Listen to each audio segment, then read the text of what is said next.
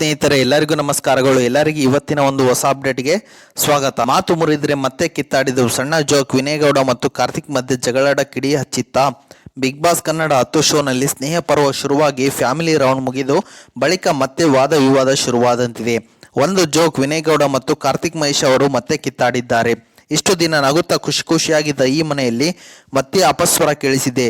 ಹಾಗಾದರೆ ಇವರು ಜಗಳ ಆಡಿದ್ದಾದರೂ ಯಾಕೆ? ಈ ಬಗ್ಗೆ ಇನ್ನಷ್ಟು ಮಾಹಿತಿಯನ್ನು ತಿಳಿಸ್ಕೊಡ್ತಾ ಇದ್ದೀನಿ. ಜೋಕ್ ವಿಚಾರಕ್ಕೆ ಮತ್ತೆ ಕಿತ್ತಾಡಿದ ವಿನಯ್ ಮತ್ತು ಕಾರ್ತಿಕ್. ತನ್ನ ಆರೋಗ್ಯದ ವಿಚಾರದಲ್ಲಿ ಉಳಿದವರು ನಕ್ಕಿದ್ದು ಕಾರ್ತಿಕ್ಗೆ ಇಷ್ಟವಾಗಿಲ್ಲ. ಬಿಗ್ ಬಾಸ್ ಕನ್ನಡ ಶೋನಲ್ಲಿ ಮತ್ತೆ ಜಗಳ ಆಡಿದ ಸ್ಪರ್ಧಿಗಳು. ಇನ್ಮೇಲೆ ನಾನು ಹೊಡೆದಾಡಲ್ಲ, ಎಷ್ಟು ನೀಟಾಗಿ ಆಡೋಕೆ ಆಗುತ್ತೋ ಅಷ್ಟು ನೀಟಾಗಿ ಆಡ್ತೀನಿ ಅಂತ ವಿನಯ್ ಗೌಡ ಅವರು ಹೇಳಿದ್ದರು. ಅವರ ಒಂದು ವಾರದ ಮುಂಚೆ ಹೇಳಿದ್ದರು. ಕಳೆದ ವಾರ ಫ್ಯಾಮಿಲಿ ರೌಂಡ್ ಆಗಿದ್ದರಿಂದ ಎಲ್ಲ ಸ್ಪರ್ಧಿಗಳು ಮನೆಯವರನ್ನು ನೋಡಿ ಕುಶಲೋಪರಿ ವಿಚಾರಿಕೊಂಡು ನಗುತ್ತಾ ಅಳುತ್ತಾ ಚೆನ್ನಾಗಿದ್ದರು. ಆದರೆ ಈಗ ಒಂದು ಜೋಕ್ ವಿನಯ್ ಗೌಡ ಮತ್ತು ಕಾರ್ತಿಕ್ ಅವರಿಗೆ ಜಗಳ ಆಡುವಂತೆ ಮಾಡಿದೆ. ತಮಿಗೌಡ ಅವರು ಮುಟ್ಟಿನ ಬಗ್ಗೆ ಜಾಗೃತಿ ಮೂಡಿಸಲು ಬಿಗ್ ಬಾಸ್ ಮನೆಗೆ ಬಂದಿದ್ದರು. ಆ ವೇಳೆ ಅವರು ಬಿಗ್ ಬಾಸ್ ಮನೆ ಗಂಡು ಮಕ್ಕಳಿಗೆ ಬೋರ್ಡ್ಗಳನ್ನು ಕೊಟ್ಟು ಓದಲು ಹೇಳಿದ್ದರು. ಆಗ ಕಾರ್ತಿಕ್ ಅವರು ಶೌಚಾಲಯವನ್ನು ಸ್ವಚ್ಛವಾಗಿ ಇಟ್ಟುಕೊಳ್ಳಬೇಕು, ಶೌಚಕ್ಕೆ ಶುದ್ಧವಾದ ನೀರು ಬಳಕೆ ಮಾಡಬೇಕು ಎಂದು ಓದಿದ್ದರು. ಅದನ್ನು ನೋಡಿ ವಿನಯ್ ಗೌಡ ಮತ್ತು ನಮ್ರತಾ ಗೌಡ ಅವರು ನಕ್ಕಿದ್ದಾರೆ. ಅದು ಕಾರ್ತಿಕ್ಗೆ ಸಿಟ್ಟು ತರಿಸಿದ್ದು. ಏನಾಯಿತು ಏನು ಎಂದು ಪ್ರಶ್ನೆ ಮಾಡಿದ್ದರು. ಇವರು ಯಾಕೆ ನಕ್ಕಿದ್ರು? ಕಾರ್ತಿಕ್ ಅವರಿಗೆ ಯಾವ ಆರೋಗ್ಯದ ಸಮಸ್ಯೆ ಇದೆಯಾ ಅಂತ ಅವರೇ ಕಾರ್ತಿಕ್ ಅವರೇ ಹೇಳಬೇಕಿದೆ. ಮತ್ತು ಇದೇ ವಿಚಾರ ಮತ್ತೆ ಕಿಚನ್ ಏರಿಯಾದಲ್ಲಿ ಚರ್ಚೆ ಆಯಿತು.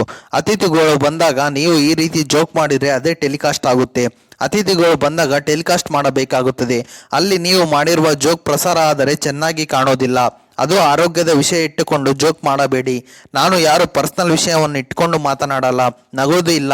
ಬೆಳಗ್ಗೆಯೂ ನಾನು ಇದರ ಬಗ್ಗೆ ಹೇಳಿದೆ, ಮತ್ತೆ ಅದನ್ನೇ ಮಾಡ್ತೀರಾ ಎಂದು ಕಾರ್ತಿಕ್ ಅವರು ಹೇಳಿದ್ದಾರೆ. ಇದೇ ವಿಚಾರವಾಗಿ ಕಾರ್ತಿಕ್ ವಿನಯ್ ಮಧ್ಯೆ ಒಂದಷ್ಟು ಬಿಸಿ ಚರ್ಚೆ ಆಗಿದೆ.